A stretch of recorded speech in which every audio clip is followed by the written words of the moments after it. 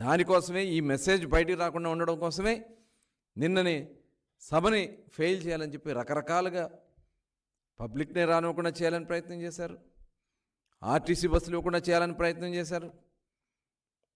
Private బస్సులు రానివ్వకుండా, లారీలు రాకుండా ఎక్కడికక్కడ బారికేడ్లు పెట్టి ఆపాలని ప్రయత్నం చేశారు.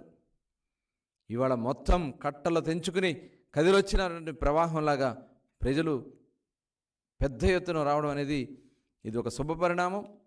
ఖచ్చితంగా ఎన్డీఏ కూటమిలో ఉన్నటువంటి జనసేన, తెలుగుదేశం, భారతీయ జనతా పార్టీ గెలుపుని ఎవ్వరూ ఆపలేరు. జగన్మోహన్ రెడ్డి గారు ఇవాళ ఎలక్షన్ కోడ్ వచ్చింది.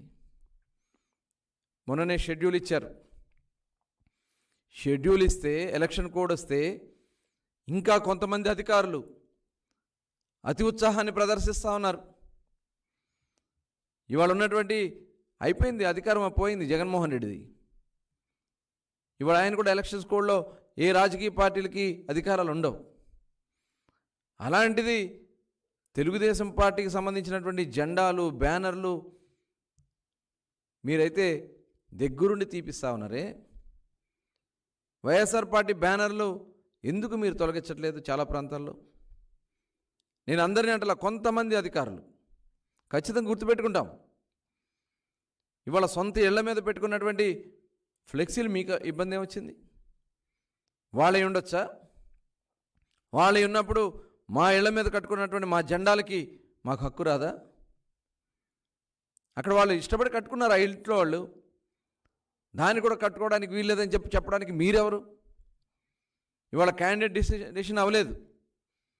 క్యాండిడేట్ డెసిషన్స్ అయితే నోటిఫికేషన్, ఎలక్షన్ నోటిఫికేషన్ వచ్చిన రోజు నుంచి, క్యాండిడేట్ నామినేషన్ వేసిన దగ్గర నుంచి క్యాండిడేట్ మీద ఖర్చు పడుతుంది కాబట్టి అప్పుడు మీరు లెక్క కట్టుకోవచ్చు.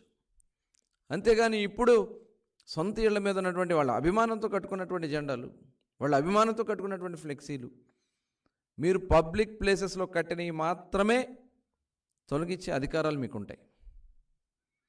అంటే వాళ్ళకు ఒక న్యాయం, మాకు ఒక న్యాయం. వాళ్ళు కూడా చాలా పబ్లిక్ ప్లేసెస్లో వదిలేస్తూ ఉన్నారు వైసీపీ ఫ్లెక్సీలు. అధికారులు కూడా చెప్తా ఉన్నా, ఇదే పద్ధతి కానీ మీరు కొనసాగిస్తే ఖచ్చితంగా మీరు రేపు మూల్యం చెల్లించుకుంటారు. ఎందుకు మొహమాటం లేదు. ఇవాళ రాబోయే ప్రభుత్వం జనసేన, తెలుగుదేశం, భారతీయ జనతా పార్టీ ఎన్డీఏ ప్రభుత్వం కూటమి రాబోతా ఉంది. ఖచ్చితంగా రేపు ఇవాళ మీరు ఇప్పటివరకు మోసారు, వాళ్ళు మోయాల్సినవన్నీ మోసారు. ఇప్పటికి కూడా మీ తీరులో మార్పు రాకపోతే మేము ఎలక్షన్ కమిషన్ కూడా కంప్లైంట్ చేస్తాం. తర్వాత అధికారంలోకి వచ్చిన తర్వాత కూడా మీ మీద ఖచ్చితంగా దృష్టి పెడతామని కూడా మరొకసారి అధికారులందరూ కూడా హెచ్చరిస్తూ ఉన్నాం. ఈ ముఖ్యమంత్రి జగన్మోహన్ రెడ్డి గారు సాక్షులు ఇష్టం వచ్చినట్టు రాసుకుంటాడు. ఆయన మోసం చేయాలని అనేక రకాలుగా ఆలోచన చేస్తూ ఉంటాడు. ఇవాళ తెలుగుదేశం పార్టీ బీసీ డిక్లరేషన్ ఇచ్చిన తర్వాత ఇవాళ బీసీలందరూ కూడా ఇన్ని సంవత్సరాలకి ఒక చక్కటి డిక్లరేషన్ వచ్చింది. తెలుగుదేశం మాత్రమే గతంలో చేసిన, ఇప్పుడు చేసినా, రేపు చేయాలన్నా అది ఒక తెలుగుదేశం పార్టీ మాత్రమే చేయగలదనేది ఒక నమ్మకాన్ని ఇవాళ బలహీన వర్గాల్లో వచ్చింది. ఆ డిక్లరేషన్ చూసిన తర్వాత ప్రతి ఒక్క బీసీ ఇవాళ తెలుగుదేశం పార్టీ, జనసేన, ఎన్డీఏ కూటమిలో వాడు గుండె చప్పుడుగా కొట్టుకుంటా ఉంది. బీసీల డిక్లరేషన్ మా బ్రతుకులు ఖచ్చితంగా మారుతాయి అనే ఒక నమ్మకం ఇవాళ బీసీలకు వచ్చింది.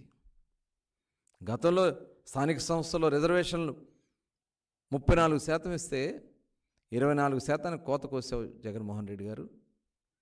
ఇవాళ మీరు మాట్లాడతారు బీసీలకి మేము ఎక్కువ స్థానాల సీట్లు ఇస్తామని.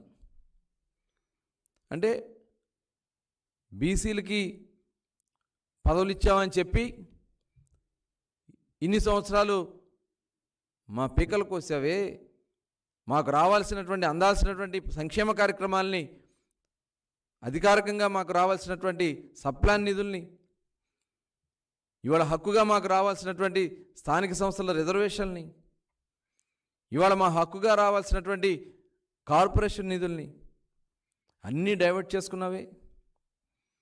ఇవాళ అనేక మంది బీసీ సోదరుల మీద హత్యలు చేయించావు,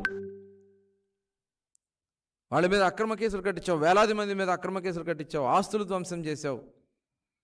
ఇప్పుడు నేను పదవులు ఇస్తున్నాను, గెలిచే పదవులు ఇవ్వరు. ఇవాళ మీకు ఓడిపోతాయి అని తెలిసినటువంటి దాంట్లో ఇచ్చినట్టు నటిస్తూ ఇవాళ మళ్ళీ మోసం చేయటానికి 2.5 కోట్ల మంది బలహీన వర్గాలు ఈ రాష్ట్రంలో ఉంటే ఎంతమందికి నువ్వు పదవులు ఇస్తున్నావు? ఇచ్చిన పదవులకి ఏమైనా న్యాయం చేయగలిగామా? కనీసం బీసీల మీద దాడుల గురించి ఏ ఒక్క బీసీ నాయకుడైనా వైసీపీలో మాట్లాడారా? బీసీలకి సంబంధించినటువంటి సప్లాన్ నిధులు కొట్టేస్తా ఉంటే ఏ ఒక్క బీసీ అయినా వైసీపీలో మాట్లాడారా?